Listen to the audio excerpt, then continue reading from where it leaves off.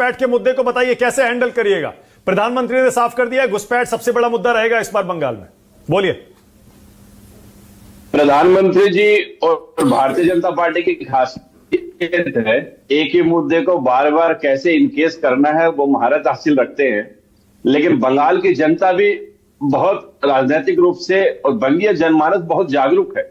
वो प्रधानमंत्री जी की एक एक बात का अवलोकन करता है, समीक्षा करता है और उसके बारे में जानकारी रखता है। मैं आपको छोटी सी बात बताता हूं। 2014 में जब से ये लोग सरकार में आए हैं, केंद्र की सत्ता में आए हैं, हर बार घुसपैठ को लेकर अलग अलग बयानबाजी करते हैं। और मजे की बात क्या है कि एनडीए के शासन के पूर्व जिनका शासन था, यूपीए का सरकार थी 10 साल, यूपीए ने जितने अवैध बांग्लादेशी घुसपैठियों को बांग्लादेश वापस भेजा, उसका 10% भी मोदी सरकार ने वापस नहीं भेजा। और ये बात घुसपैठ की करेंगे। और प्रधानमंत्री जी ने क्या कहा, जैसा वो बिहार में करते हैं।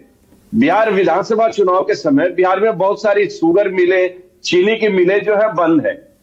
प्रधानमंत्री समस्तीपुर के पास भाषण में हर बार ये बात कहते हैं विधानसभा चुनाव में कि अब की बार हमारी सरकार आएगी और 6 महीने बाद मोदी आएगा और इसी शुगर मिल के चीनी से चाय पीकर बिहार वासियों को तोहफा देगा। मजे की बात यह कि वो हर विधानसभा चुनाव में ऐसा बोलकर निकल जाते हैं।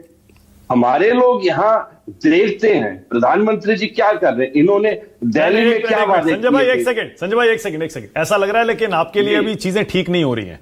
हो सकता है कि वो घुसपैठ के मुद्दे पर सुप्रीम कोर्ट में इलेक्शन कमीशन को फंसा दिया हो बेंच ने, लेकिन ईडी के मसले पर तो आप फंसे हुए हैं बुरी तरह। सुप्रीम कोर्ट ने क्या कहा? ईडी के मसले, झारखंड में भी देख लीजिए क्या हुआ। ईडी के मसले पर एक अच्छी बात क्या हुई मानक जी, सुप्रीम कोर्ट ने स्पष्ट कर दिया कि किसी भी केंद्रीय एजेंसी को ईडी या अन्य कोई एजेंसियां राजनीतिक पार्टियों के मामले में, राजनीतिक मामले में और चुनाव संबंधी मामलों में हस्तक्षेप नहीं कर सकती। ये लक्ष्मण रेखा जो है सुप्रीम कोर्ट ने खींच दी। सुप्रीम कोर्ट ने क्या खींच दी? वो तो सबको पता है। इसमें सुप्रीम कोर्ट ने क्या लाइन खींच दी? क्या बात कर रहे हैं आप? अरे चुनावी किसी बात में या राजनीतिक बात में आप कह रहे हैं ईडी नहीं आ सकती, तो इसमें क्या है? ये सुप्रीम कोर्ट ने स्पष्ट किया, नहीं तो ये तो मतलब ये अरे आपकी एफआईआर पर स्टे लगा दिया। मान लीजिए ना, आपने एफआईआर की थी ईडी अफसरों पर, उस पर तो स्टे लगा दिया ना। 2 हफ्ते के लिए परवर्ती सुनानी तक उन्होंने स्टे लगाया है। 2 हफ्ते तक लगाया है। अब मामला चलेगा, अब सर्वोच्च न्यायालय जैसा उचित समझेगा वैसा करेगा। लेकिन माननीय सर्वोच्च अदालत ने इस संबंध में जो टिप्पणी की है, ये भी अपने आप एक माइलस्टोन है। और मानक जी मैं आपको एक बात बता दूं, बंगाल जीतना और नहीं जीतना, हारना, चुनाव में हार जीत होती रहती है।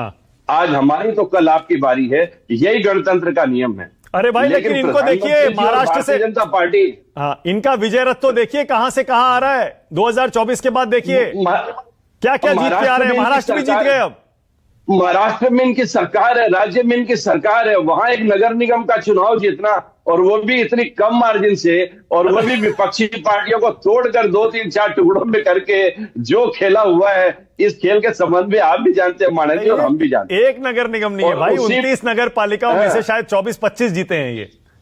हाँ, तो राज्य में सरकार है भाई साहब, तो नगर निगम में जीती जा सकती है, कोई बड़ी बात नहीं है। लेकिन जहां तक बंगाल जीतने की वो बात करते हैं, बंगाल जीतने की बात करते हैं, कभी सुकांत भट्टाचार्य ने बहुत सटीक लाइनें की है।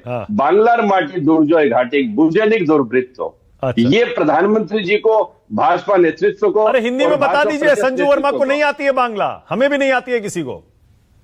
बंगाल की माटी दुर्जय घाटी है। जो सही सोच वाले लोग नहीं है वो ये बात जान ले। अच्छा ठीक है। संजू आपको आती है क्या बांग्ला? राजनीति भाजपा करती है।